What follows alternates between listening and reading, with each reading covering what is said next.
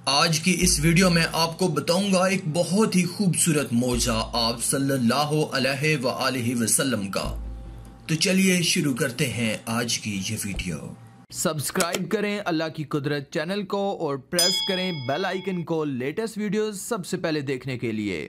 नाजरीन, हजरत जाबिर रजी अल्लाह ताला अन्हो ने एक बकरी ज़बह करके उसका गोश्त पकाया और रोटियों का चूरा करके सरीद बनाया और इसको बरगाहे नबूवत में लेकर हाजिर हुए। हजूर सल्लल्लाहु अलैहि वसल्लम और सहाबा इकराम रजी अल्लाह ताला अन्हो ने इसको तनावल फरमाया।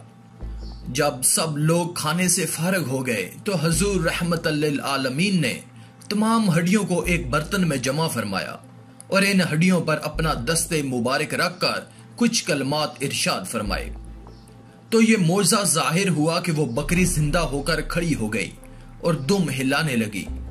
फिर आप सल्लल्लाहु अलैहि वसल्लम ने फरमाया कि ऐ जाबिर, तुम अपनी बकरी अपने घर ले जाओ।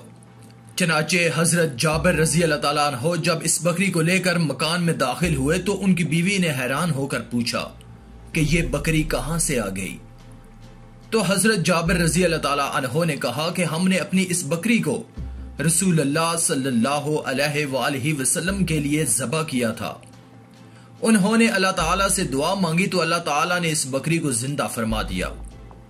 यह सुनकर उनकी बीवी ने बुलंद आवाज से कलमाए शहादत पढ़ा।